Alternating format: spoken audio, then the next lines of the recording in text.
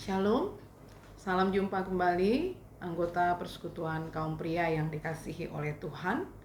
Segala pujian dan syukur kita patut persembahkan kepada Tuhan pada saat ini, bahwa dalam perlindungannya kita selalu menikmati anugerah Tuhan yang melimpah di dalam kehidupan kita.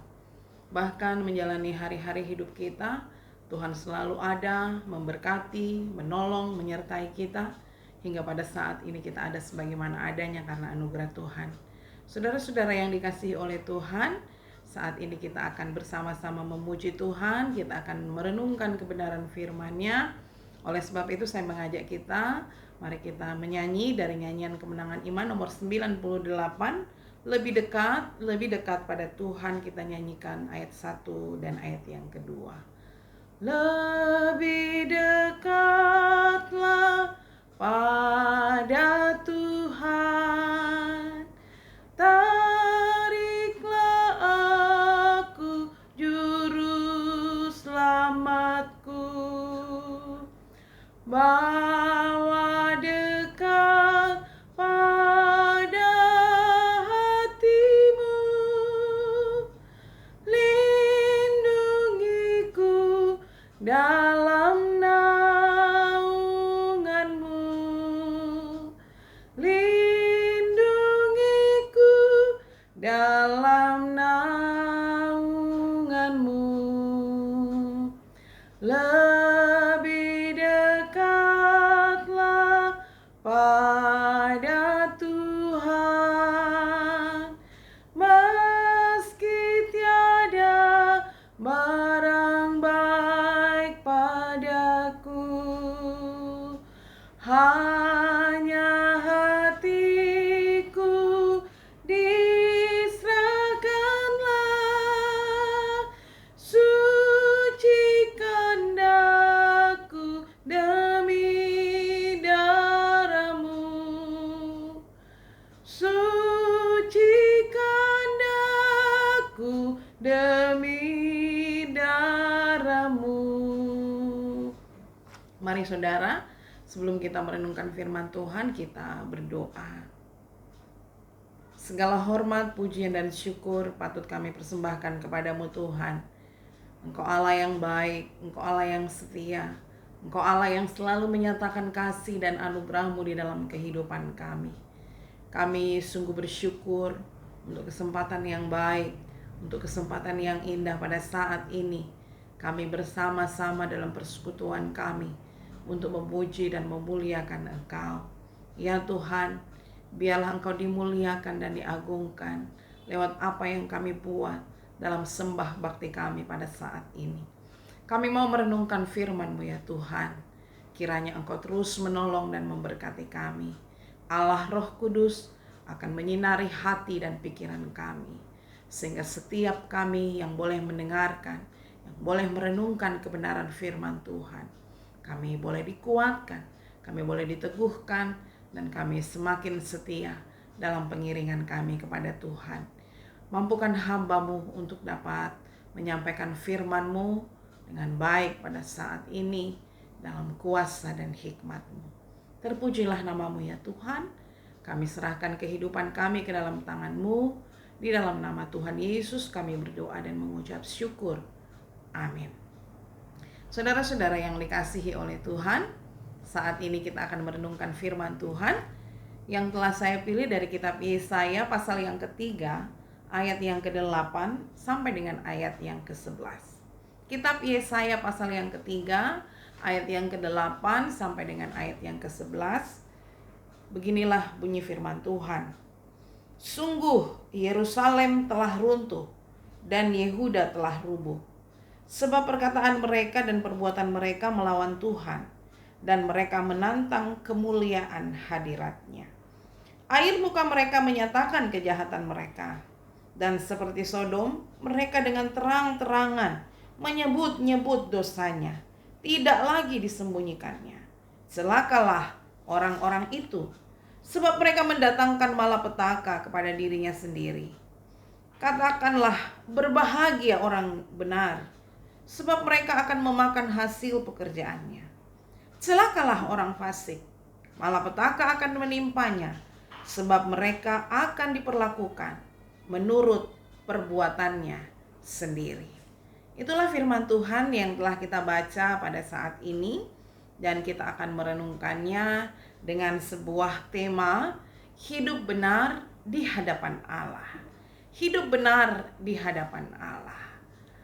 Bapak-bapak anggota persekutuan kaum pria yang dikasihi oleh Tuhan, ada satu hal yang sering kali menimbulkan pertanyaan dan juga menjadi pergumulan kita sebagai orang percaya, bahwa kita kadangkala bertanya, kita kadangkala bergumul, mengapa banyak orang yang tidak hidup dalam kebenaran nampak mujur dalam hidupnya dan terasa bahwa menjalani kehidupan mereka tanpa masalah, tanpa persoalan. Sementara kita yang tetap setia dalam kebenaran, sementara kita yang tetap hidup dalam kehendak Tuhan, sepertinya masalah tidak pernah habis dalam kehidupan kita. Sepertinya persoalan tidak berkesudahan kita hadapi di dalam kehidupan ini. Nah, dalam kenyataan seperti itu, maka tidak dipungkiri tidak sedikit orang yang pada akhirnya menjadi goyah di dalam imannya. Lalu kemudian mulailah berkompromi dengan dosa, mulailah berbuat curang, mulai berlaku tidak jujur, bahkan mencari keuntungan sendiri di dalam kehidupannya. Lalu kemudian berkata, apa gunanya hidup benar? Apa gunanya hidup jujur? Apa gunanya hidup setia? Toh kehidupan kita, kehidupanku tidak diberkati. Itulah sebabnya orang-orang yang menghadapi tantangan akhirnya mulai undur di dalam kehidupannya. Kekasih-kekasih Tuhan, firman Tuhan yang kita baca pada sore hari ini mengingatkan kepada kita bahwa setiap kita dituntut untuk selalu hidup dalam kebenaran. Setiap kita selalu dituntut itu untuk hidup benar di hadapan Allah. Pada bagian firman Tuhan ini, Nabi Yesaya diperintahkan oleh Tuhan untuk membesarkan hati orang-orang yang tetap setia kepadanya, untuk menghibur, untuk memberikan kekuatan kepada orang-orang yang tetap hidup benar di hadapan Tuhan. Meskipun mereka saat itu sedang hidup di tengah-tengah orang yang tidak takut kepada Tuhan, hidup kepada angkatan yang jahat, hidup kepada hal-hal yang tidak dikehendaki oleh Tuhan. Firman Tuhan di sini mencatat bahwa ayat yang ke-9, bahwa muka mereka, raut wajah mereka, air muka mereka menunjukkan bahwa mereka adalah orang-orang yang jahat, orang-orang yang melakukan kejahatan, ya. Tanpa melihat perbuatan mereka, sudah dinyatakan melalui raut muka mereka bahwa mereka adalah orang-orang yang melakukan kejahatan dalam kehidupan mereka. Lalu di sini dikatakan bahwa mereka orang-orang yang tidak sungkan, mereka orang-orang yang tidak malu menyebutkan dosa-dosa yang telah mereka lakukan. Lalu dikatakan juga bahwa mereka terang-terangan berbuat dosa di dalam kehidupannya. Tidak ada lagi rasa canggung, tidak ada lagi rasa malu, tidak lagi sembunyi-sembunyi. Tetapi dikatakan dengan terang-terangan mereka berbuat dosa di dalam kehidupan mereka. Mereka diibaratkan sebagai orang-orang yang ada di negeri Sodom dan Gomora pada waktu itu, yang melakukan kejahatan begitu luar biasa di hadapan Tuhan. Kepada umat Israel, kepada orang-orang percaya yang masih setia kepada Tuhan, Nabi Yesaya diutus Tuhan untuk memberikan mereka kekuatan dan penghiburan menghadapi semua itu.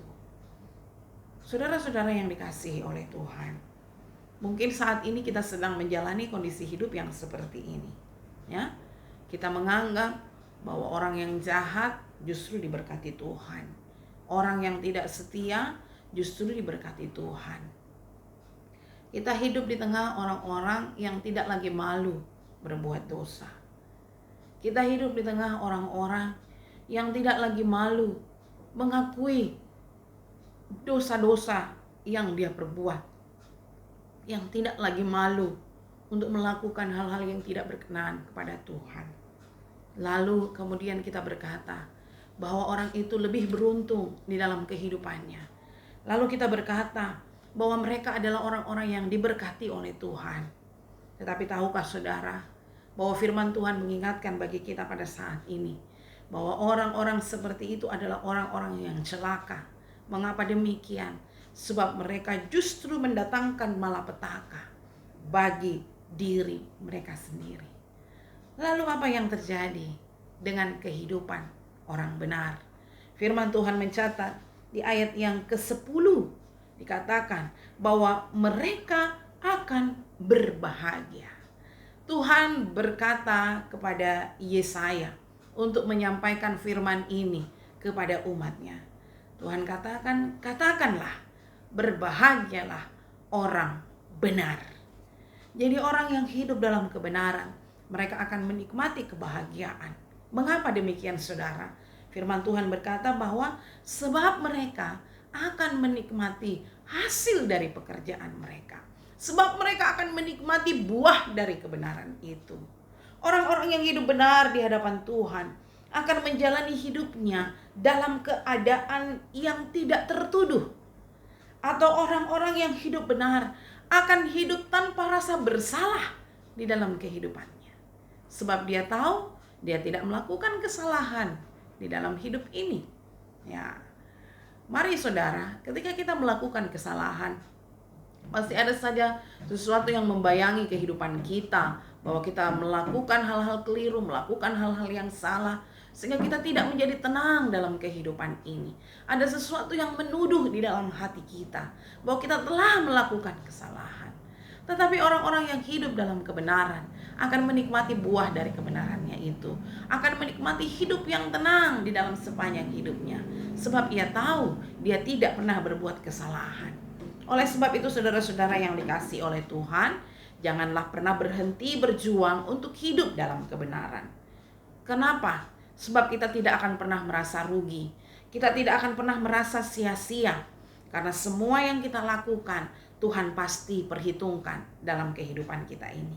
Amsal pasal yang ke-14 ayat yang ke-23a berkata, dalam jerih payah ada keuntungan. Dalam setiap jerih lelah, dalam setiap jerih payah kita pasti menikmati keuntungan di dalam kehidupan kita ini. Itulah sebabnya mari terus berjuang ya untuk hidup benar di hadapan Allah. Lalu mungkin kita berkata, apakah memungkinkan untuk terus hidup benar di tengah-tengah dunia yang semakin jahat ini, di tengah-tengah dunia yang semakin mudah berbuat dosa? Ingat saudara-saudara, bahwa tidak ada perkara yang mustahil bagi orang-orang percaya. Karena kita tahu bahwa ada Roh Kudus yang hidup di dalam hati kita. Dialah yang akan menuntun kita, dialah yang akan menguatkan kita, dialah yang akan mengingatkan kita, dan dialah yang akan memampukan kita untuk terus berjalan di dalam kebenaran. Tuhan tidak mau bahwa menjalani kehidupan kita ini kita menyerah pada keadaan. Kita menyerah untuk hidup benar. Mengapa? Sebab hidup dalam kebenaran adalah sebuah proses yang membutuhkan ketekunan dan kesungguhan di dalam kehidupan kita. Saudara-saudara yang dikasihi oleh Tuhan, seberat apapun tantangan yang kita hadapi dalam hidup ini, teruslah berjuang untuk hidup benar. Sebab orang yang menabur pada kebenaran, orang yang menabur kebenaran dalam hidupnya, pada saatnya akan menuai berkat dan kemuliaan dari Tuhan. Tuhan memberkati kita dengan firman-Nya. Mari terus jalani hidup ini dengan takut, dengan hidup benar di hadapan-Nya. Marilah kita berdoa. Terima kasih ya Tuhan. Kami telah merenungkan firman-Mu. firman-Mu mengingatkan kepada kami pada saat ini. Bagaimana kami harus terus berjuang di dalam kehidupan kami. Hidup dalam kebenaran, hidup mengasihi Tuhan, hidup melakukan setiap kehendak Allah.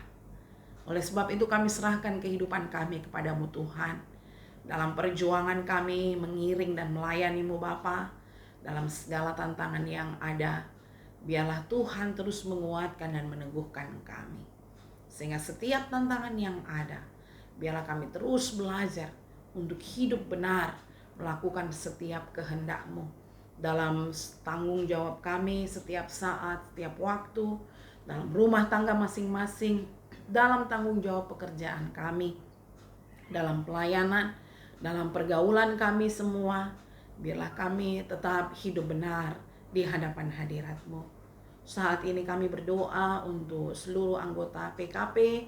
Tuhan akan menolong dan menyertai mereka semua di dalam segala pergumulan kehidupan. Berkatilah dalam rumah tangga mereka, berkatilah dalam pekerjaan mereka masing-masing. Engkau kiranya memberikan mereka kemampuan untuk dapat bekerja dengan baik. Bagi yang sedang dalam keadaan sakit, Tuhan memberikan kesembuhan. Biarlah jamahan kasih Tuhan akan memulihkan keadaan mereka. Saudara-saudara kami yang bergumul untuk mencari lapangan pekerjaan, Tuhan juga kiranya akan buka jalan, sehingga ke depan ada pekerjaan yang akan mereka peroleh untuk mereka buat dan kerjakan di dalam kehidupan mereka. Kami berdoa pada saat ini ya Tuhan, bahwa menjalani aktivitas hidup kami secara khusus bagi kaum pria, mereka harus keluar rumah dalam bekerja. Tuhan, biarlah Engkau tutup bungkus dengan kuasa darah-Mu, mereka semua boleh bekerja dengan aman dalam lindungan dan pertolongan Tuhan. Kami juga berdoa saat ini untuk persekutuan kaum pria Gereja Kibait Jemaat Sangatta. Berkatilah semua pengurus, berikanlah mereka hikmat, kemampuan untuk dapat mengarahkan persekutuan ini dengan baik. Dan setiap orang boleh semakin dibangun, semakin dikuatkan di dalam iman melalui persekutuan ini. Terima kasih ya Tuhan, Engkau akan terus memberkati kami menjalani kehidupan kami, dan biarlah kami semakin kuat dan teguh di dalam iman kami kepadamu. Dan pada akhirnya kami mohon, biarlah damai sejahtera dari Tuhan kita Yesus Kristus, kasih dari Allah Bapa, pimpinan dan penyertaan Roh Kudus akan senantiasa menuntun perjalanan kehidupan kita hari ini kekal selama-lamanya. Amin. Kiranya Tuhan memberkati kita semua. Shalom.